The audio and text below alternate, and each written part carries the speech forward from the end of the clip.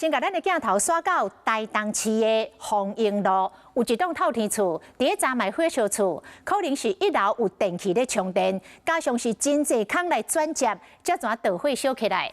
啊，讲火烧的第一时间，这个厝主是伫个2楼咧背手机啊，完全拢无知觉，是伊5岁细汉后生，因为枵塞到楼骹要找物件来食，才看到乌烟化救人，啊嘛才救到一家口啊4个人，甲3个厝骹。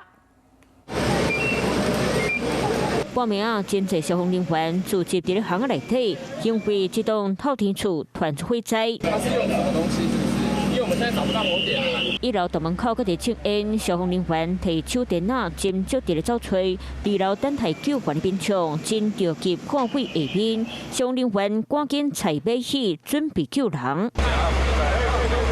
民众一步一步为楼梯行落来，这场大火会当顺利救援，拢会感谢一位5岁囡仔兄有紧看到。因为我在1楼找水果，所以我才发现。你没有睡觉在找水果？讲话还阁真小声，因为枵塞发现乌烟，所以赶紧去楼顶找爸爸。火警就发生伫咧台东市丰英路昨暝11点多，1楼的客厅熊熊伫咧抽烟。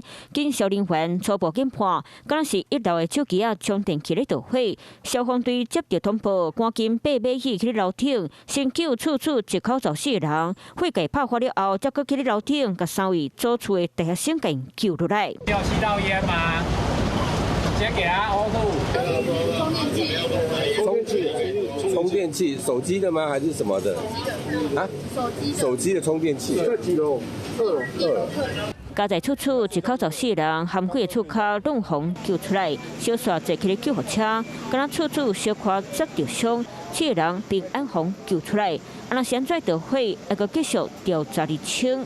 Hello， 我是蒋欣梅。想要抢先掌握最及时的新闻资讯吗？赶快订阅、按赞、开启小铃铛，锁定华视新闻 YouTube 频道。